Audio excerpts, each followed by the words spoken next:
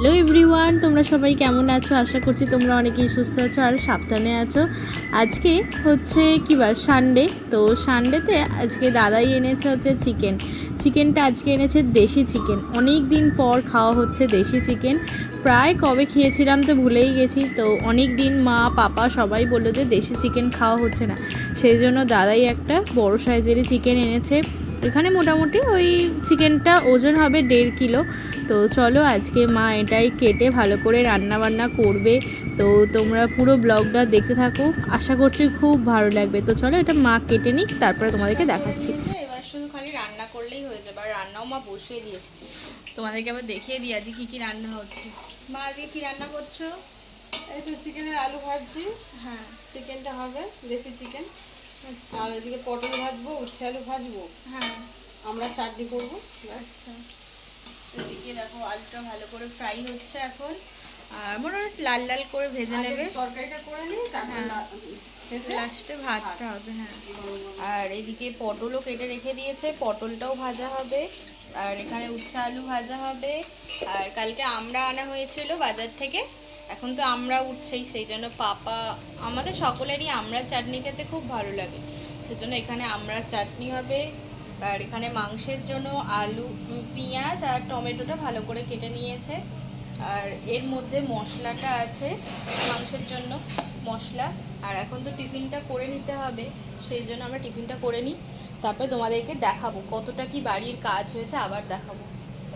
কিন্তু দেশি চিকেনটা করার জন্য কড়াইয়ের মধ্যে তেল দিয়ে দিয়েছে, ওরপর তেজপাতা, একটা শুকনো লঙ্কা আর কিছুটা জিরে দিয়ে ভালো করে ফোড়নে দিয়ে ভেজে নিচ্ছে। আর এরপরে পেঁয়াজটাও তুলে দেবে। মাংসটাকে ভেজে নেবো।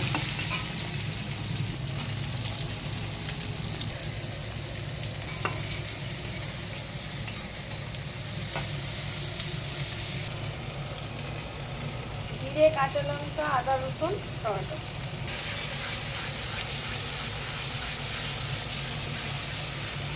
একদম অল্প তেলে, কারণ ওই মাংস প্রচুর তেল বেরিয়ে।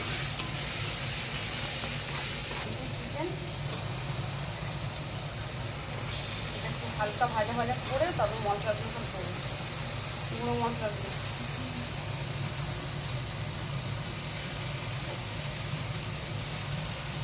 ভালো করে কষিয়ে রান্না করতে হবে।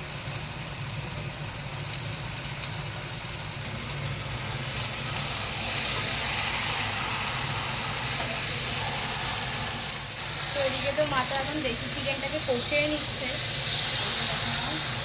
এরপরে গুঁড়ো মশলাগুলো অ্যাড করবো। হ্যাঁ, লাস্টে টমেটো আমাদেরকে একবারে লাস্টে দেখাবো। এটা টকই দেবো না, এমনি করবো। আস্তে আস্তে তেল বেরিয়েছে।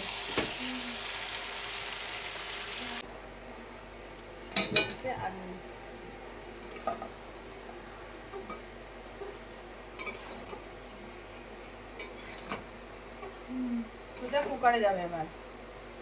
এদিকে দেখো চিকেন তো হয়ে গেছে, আর চিকেনের কালারটা নিয়ে তো কোনো কথাই হবে না। তো এসেছে, আর পাপা ওইদিকে খেতে বসে পড়েছে, দাদাও বসেছে।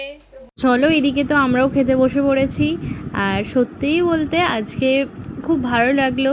আজকে দেশি চিকেনটা না খুব সুন্দর সফট হয়েছে, আর আলুগুলো তো খুব সুন্দর স্মেলড হয়েছে। তো দেখো তোমরা দেখলেই বুঝতে পারবে ভেতরটা কতটা জুসি হয়েছে। বাড়ির সকলে আজকে তৃপ্তি ভরে খেয়েছি, তো বেশ ভালোই কাটলো। তো চলো খাওয়া দাওয়া করে নিই, তোমাদেরকে দেখাবো যে আমাদের দোতলায় কতটুকু কাজ এগোলো। চলে এসেছি ছাদে, আর দেখো এই তো একটু আগে বৃষ্টিটা হলো, দেখো আবার বৃষ্টি হচ্ছে, ঝিরঝির করে বৃষ্টি পড়ছে। আর এই দিকে আমাদের তো তোমাদের দেখিয়ে দিয়েছিলাম যে আমাদের এইগুলো হয়ে গিয়েছিল, আর চিপিং তো হয়ে গিয়েছিল। এখন তো জামা কাপড় আরে সব এখানেই মেলা হচ্ছে। আর চলো তোমাদেরকে ওই দিকটা নিয়ে যাই, আমাদেরকে দেখাই যে আমাদের সিঁড়িঘরটা পুরোপুরি কমপ্লিট হয়ে গেছে। চলো। আর এখনও তো পাইপ লাইনগুলো লাগানো হয়নি, পাইপ লাগানো হবে খুব শিগগিরই, সেই জন্য আর কি এরকমভাবে এখন জলগুলো এখানে এসে পড়ছে এই পুরোটাই। তো লাগানো হয়ে গেলে তবে তোমাকে দেখাবো। তো এই যে সিঁড়িঘর তো পুরোপুরি কমপ্লিট, এই দেখো পুরোটাই কমপ্লিট হয়ে গেছে। আর চলো উপরেই যাই, তোমাদেরকে দেখানোর চেষ্টা করব। এই যে আর দরজাও বসে গেছে, আর এইদিকে তো ছোট্ট একটা জানলাও হয়েছে, আর পুরোটাই কমপ্লিট। এখন তো বেশ ভালোই লাগছে।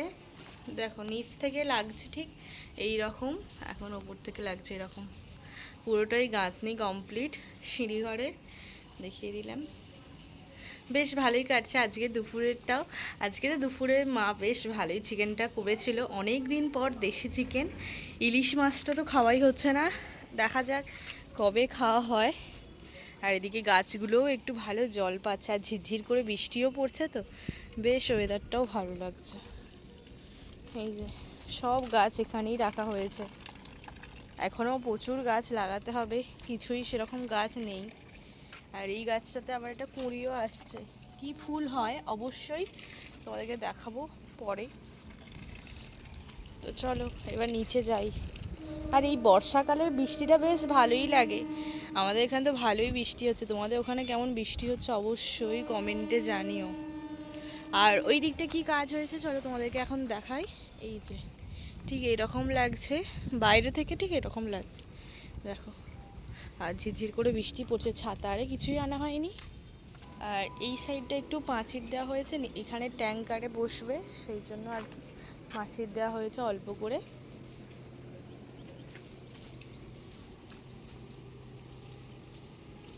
আর এই গোটা ছাদটা এইরকম, মানে সাইডগুলো তো আগে তো ইট দিয়ে গাঁথা ছিল না, পুরোটাই গাঁথা কমপ্লিট হয়ে গেছে গোটা ছাদটাই।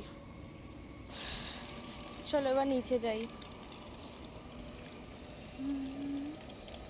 তো আজকের ব্লগটা অবশ্যই কমেন্টে জানিও, আর যদি ভালো লেগে থাকে অবশ্যই চ্যানেলটিকে সাবস্ক্রাইব করতে পারো, লাইক করতে পারো, শেয়ার করতে পারো।